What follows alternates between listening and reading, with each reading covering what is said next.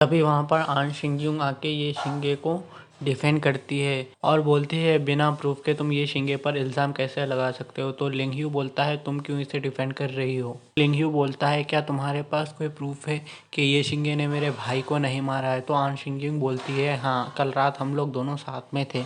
तो ये बात सुन के लिंगह्यू बोलता है ओ तो तुमने अडल्ट्री की थी। फिर वहाँ पर तभी एक लड़की आती है और बोलती है कल रात मैं भी इन लोगों के साथ हूँ, तो क्या मैं भी एक अडल्ट्रेस हूँ। तो जिस पे लिंगू खामोश पड़ जाता है। लिंगू बोलता है एक बार डीन को आ जाने दो फिर मैं बताऊंगा। तो उनका टीचर बीच में आता है तुम्हें और बोलता है तुम्हें बिना एविडेंस के किसी पर इल्ज़ाम नहीं लगाना चाहिए। फिर टीचर बोलता है मेरे हिसाब से इसे किसी मॉन्स्टर ने मारा है और बोलता है हम लोग को इंतज़ार करना चाहिए डीन का आने का और वो तभी कुछ फैसला करेंगे। टीचर बोलता है मेरी जजमेंट के हिसाब से ये मॉन्स्टर हेवनली रेलम के 5 स्टेज पर है। अभी वो बंदा आ जाता है और वो बोलता है टीचर को कि हम जो ब्रिज से आए थे वो ब्रिज पता नहीं कैसे डिस्ट्रॉय हो गया है। तो टीचर बोलता है अभी यहाँ पर टोटल 4-5 टीचर है और हर एक टीचर के साथ 6-6 या 4-4 बच्चे होंगे। तुम लोग अपना टीचर खुद से डिसाइड करते हो। तो वो डिसाइड करते हैं सब ग्रुप में बनाने की जाने की। तो लिंगह्यू आता है और उस लड़की से साथ में रहने के लिए पूछता है जिस पे वो लड़की साफ साफ मना कर देती है और वो आन शिंगयूंग के साथ जाती है। टीचर बोलता है हमें इसकी बॉडी को कहीं छुपा देना होगा। अगर हम इसकी बॉडी ऐसे ही छोड़ेंगे तो यहाँ पर एनिमल आके इसकी बॉडी को खा लेंगे। ये देख के ये शिंगे को डाउट आता है अगर इसकी बॉडी ने एनिमल को मॉन्स्टर ने मारा है तो इसकी बॉडी को उन्होंने खाया क्यों नहीं। लिंगू आता है और वो बोलता है आप मेरे भाई की बॉडी को ऐसे कैसे गाड़ सकते हो। अगर उसकी बॉडी को आपने गाड़ उन लोगों के जाने के बाद ये शिंगे कल्टीवेशन करता है लिनहुंग के स्टोन की हेल्प से जिससे उसकी पावर अच्छी खासी बढ़ जाती है। नेक्स्ट डे जहाँ पर उन लोगों के टेंट लगे हुए होते हैं वहाँ पर भूकंप आता है।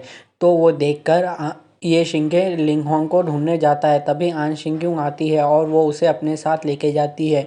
तो ये शिंगे आन शिंग्यूंग से पूछता है कि लिंगहोंग किधर है। जिस पे आन शिंग्यूंग बोलती है वो किसी को ढूंढने गया है और उसने मुझे तुम्हारे पास भेजा है। आन शिंग्यूंग बोलती है शिंगे क्या तुम्हें पता है इन लोगों को किसने मारा है। जिस पे ये शिंगे बोलता है मुझे नहीं पता। तो वो बोलती है मुझे टीचर पर डाउट है क्योंकि इतनी सारी जगह फॉरेस्ट में खाली रहने के बाद भी टीचर ने ऐसी जगह क्यों सुनी जहाँ पर जो कि लैंड साइड से आगे हो। जिस पे ये शिंगे कुछ नहीं बोलता। फिर आन शिंगिंग बोलती है चाहे वो टीचर हो या कोई और दूसरा आदमी हमें अपने आप को प्रोटेक्ट करके रखना होगा और हम किसी पर भी ऐसे ही भरोसा नहीं कर सकते हैं। वो लोग चलते चलते फिर कुछ दूर आगे चले जाते हैं। तभी वो लोग 3 लोगों की डेड बॉडी देखते हैं और उसी दौरान वहाँ पर लियांगो और वो लड़की आ जाते हैं और लियांगो बोलता है फिर से तुमने इन लोगों को मारा। जिस पे ये शिंगे बोलता है मैंने इन लोगों को नहीं मारा। फिर लियांगो उन पर फायर बॉल से अटैक करता है जिस पे ये शिंगे शील्ड बना के उसके फायर बॉल को रोकता है और वो बोलता है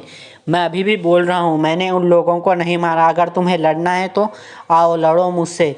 तो ये शिंगे लड़ने के लिए तैयार हो जाता है। फिर लियांगू बोलता है उस लड़की को चलो हम लोग दोनों मिलके इन लोगों को मारते हैं। जिस पे वो लड़की उन लोगों को देखती है और बोलती है ये इन तीनों को इन दोनों ने नहीं मारा है और वो ये शिंगे और आन शिंगे के पास चली जाती है। जिस पे लियांगू को गुस्सा आता है लेकिन फिर वो वहाँ से चला जाता है। शिंगे बोलता है इनके स्कार देख के तो ऐसा लगता है इनको मॉन्स्टर ने मारा लेकिन मुझे ऐसा नहीं लगता। फिर बाद में वो लड़की बोलते हैं इन लोगों को किसने मारा अभी वो ज़रूरी नहीं है, पहले हम यहाँ से निकलते हैं नहीं तो और कोई लोग आए तो वो लोग भी यही समझेंगे कि इनको हम लोग ने मारा है। फिर वो लोग केव में जाते हैं और वो शिंगे उन दोनों को वहाँ पर बैठने को बोलता है और ख़ुद शिकार करने जाता है ताकि वो लोग रात में खाने को कुछ खा सकें।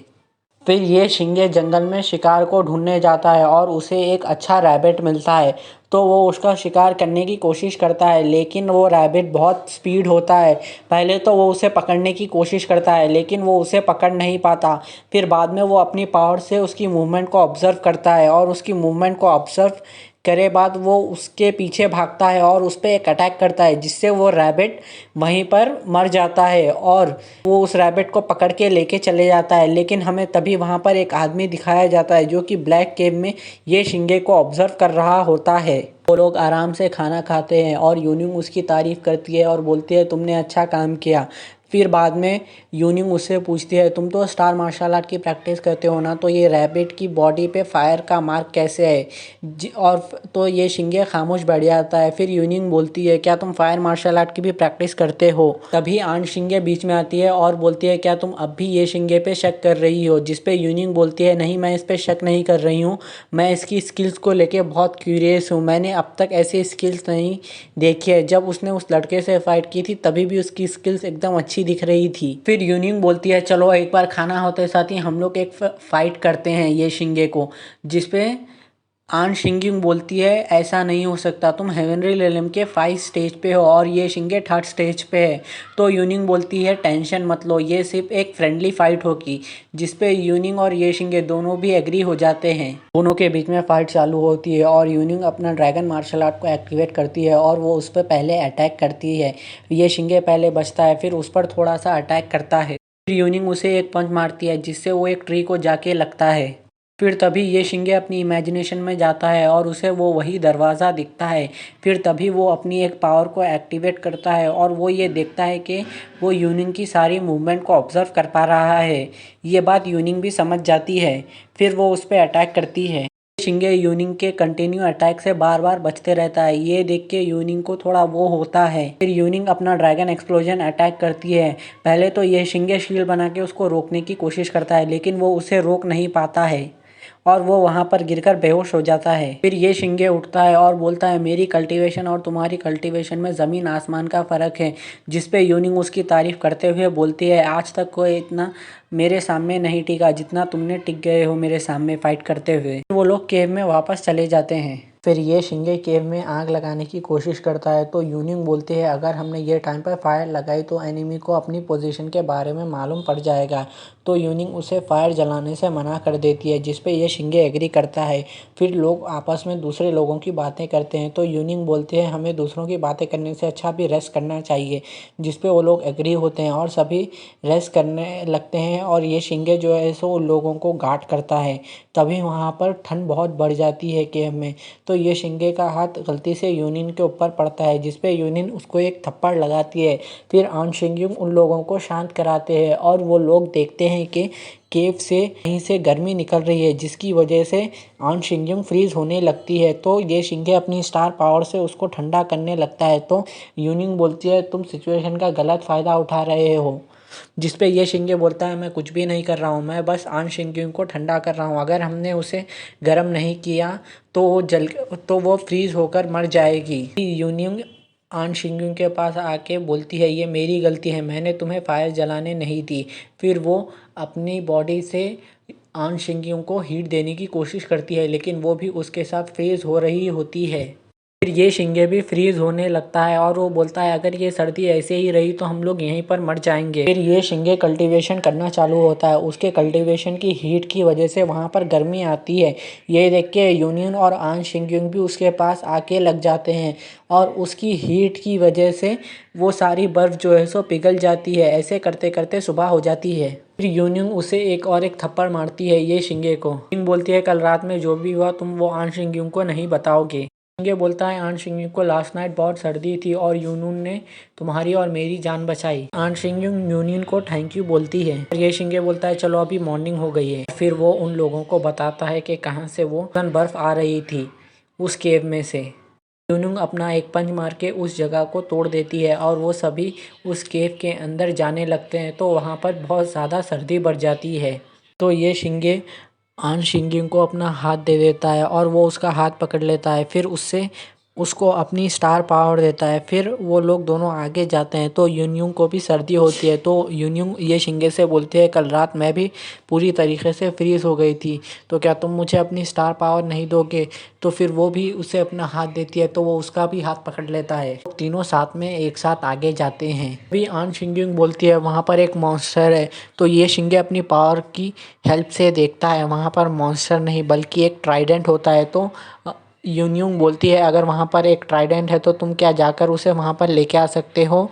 तो फिर ये शिंगे बोलता है हाँ। फिर ये शिंगे उस ट्राइडेंट को लेने जाता है। जैसे ही वो उस ट्राइडेंट को पकड़ता है तो वो ज़मीन से निकलता नहीं है। फिर तभी वो ट्राइडेंट ड्रैगन के रूप में आ जाता है और वो ये शिंगे पर अटैक कर देता है। तो आन शिंग्यूंग बोलती है युंगयुन को उसकी हेल्प करने के लिए।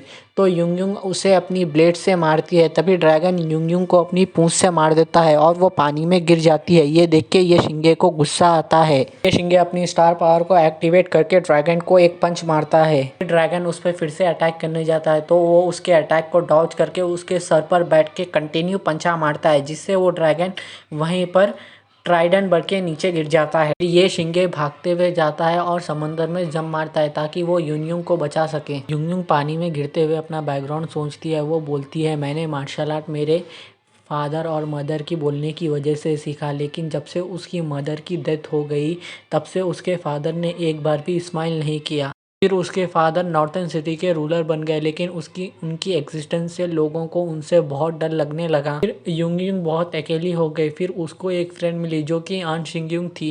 फिर वो अपनी हैप्पीनेस को इमेजिन करती है आन शिंगयुंग के साथ और वो फिर ये शिंगे की बात करती है। फिर बाद में वो बोलती है ये सब अब ख़त्म हो गया। तभी उधर ये शिंगे आता है और उसको अपने मुंह से सांस दे के बचा लेता है। फिर वो युंगयुंग को पानी से बाहर लेके जाता है और जैसे ही वो पानी के ऊपर आता है वो ये देखता है कि आन शिंगयुंग की भी हालत ख़राब हुई है ठंड की वजह से।